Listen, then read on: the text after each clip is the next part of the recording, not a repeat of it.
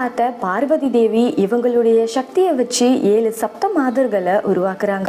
இந்த 7 சப்த மாதர்களும் எந்த ஒரு தாயுடைய கருவறையிலிருந்தும் பிறக்காம கன்னி பெண்களாவே பூமியில அவதரிக்கிறாங்க.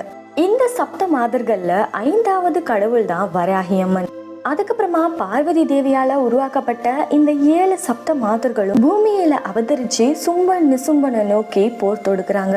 இந்த போர்ல தான் சும்பன் நிசும்பன் அப்படிங்கிற பயங்கரமான அரக்கர்கள் வதம் செய்யப்படுறாங்க. இந்த சப்த மாதர் படைக்கு படை தளபதியா இருந்தவங்க தான் வராகி அம்மன்.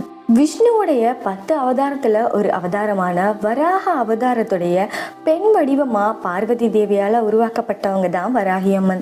இவங்களுக்கு பெண்ணுடைய உடலும் காட்டு பன்றியுடைய தலையும் இருக்கும். இந்த வராகி அம்மனுக்கு ஆக்ரோஷமான காட்டு பன்றியுடைய முகபாவனை இருக்கிறதுனால பல பேரும் இவங்களை கும்பிட ரொம்பவே தயங்குறாங்க அப்படின்னு தான் சொல்லணும். இவங்களை வழிபட நிறைய பேரு பயப்படுறாங்க. ஆனா